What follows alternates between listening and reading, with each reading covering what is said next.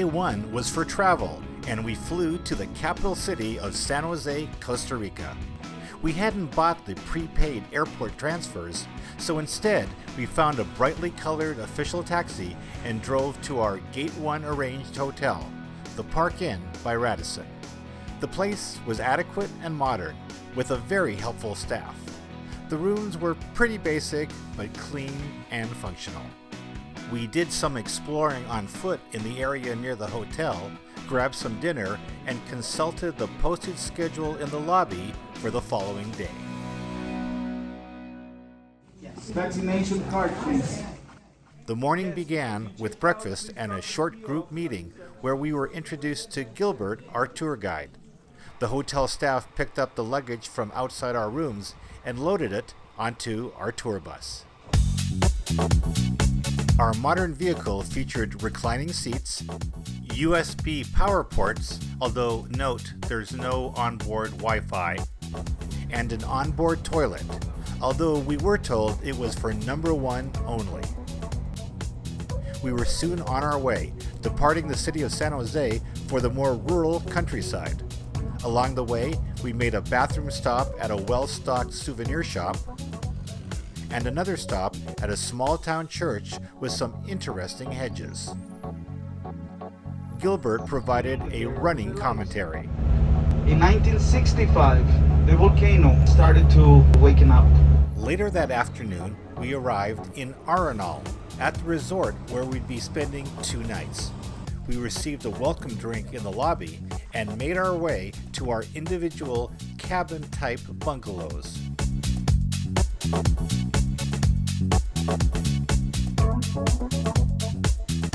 That evening, there was a big introduction meeting, followed by our first group dinner, all part of the getting to know each other process. Day 3 began with a big buffet breakfast in the restaurant, and we then headed to the bus where our wonderful driver Marvin performed his daily greeting ritual of handing everyone a bottle of water. We then drove to the Rio Frio River for a very enjoyable boat ride. And if you notice, it's got a big crest at the base of the tail. There was a lot to see and photograph. We saw exotic birds, iguanas, anteaters, the ever-popular sloths, and a lot of monkeys. Some of them up close, with one of them getting a little annoyed at us. Our evening activities included an optional tour to a popular local hot springs, highly recommended, and that was capped off with another fun group dinner. All right, so let's go. We started day 4 with an informative hike at the Arenal National Park, and then boarded the bus for our journey to Monteverde, which is Spanish for Green Mountain.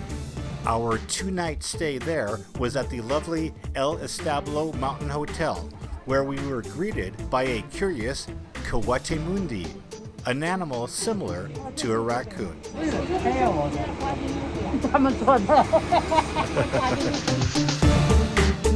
Day 5 was especially packed, starting as usual with a buffet breakfast. We signed up for the optional Hanging Bridges hiking tour in Salvatura Park, led by Gilbert, where we crossed multiple spans inside the cloud forest. That afternoon, we enjoyed lunch at our next stop, which also included a tour of an organic farm/coffee plantation where we learned how the popular beverage is grown and processed. And, of course, we also enjoyed some samples. Gracias. Con mucho gusto.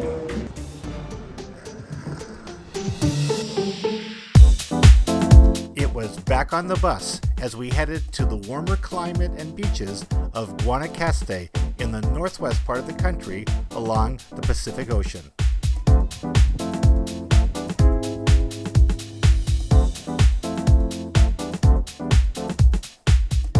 We checked into our really beautiful resort that featured multiple pools, a beachside restaurant and bar, and lots of other attractions within easy walking distance. There's plenty to do, from photo opportunities for wannabe surfers, to nightclubs and bars, to beachside fire shows. After a delicious buffet breakfast, we decided to forego the optional catamaran excursion, opting instead to spend quality time at the resort's swimming pools. We also explored the main shopping street.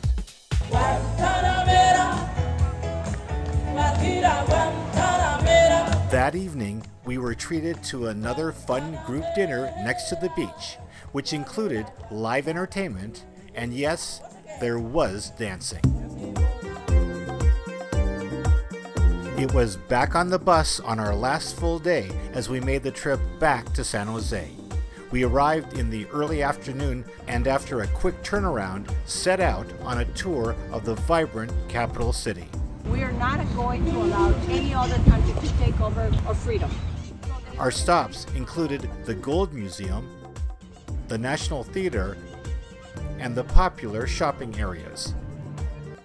That evening, we wrapped things up with a visit to the city's tallest building, where we enjoyed the spectacular view from the 18th floor before having our farewell dinner at the building's Hilton Hotel restaurant. We loved our Costa Rica trip with Gate 1. We saw lots of beautiful scenery as well as plenty of wildlife. Our tour guide and driver were very professional and helpful. The amount of time spent on the bus wasn't excessive and felt comfortable. The food was good and the accommodations exceeded expectations. We enjoyed getting to know our fellow passengers, but also liked the fact we had time to explore on our own. Once again, Gate 1 delivered a great experience at a good price. I'm Mark Gretschmal reporting.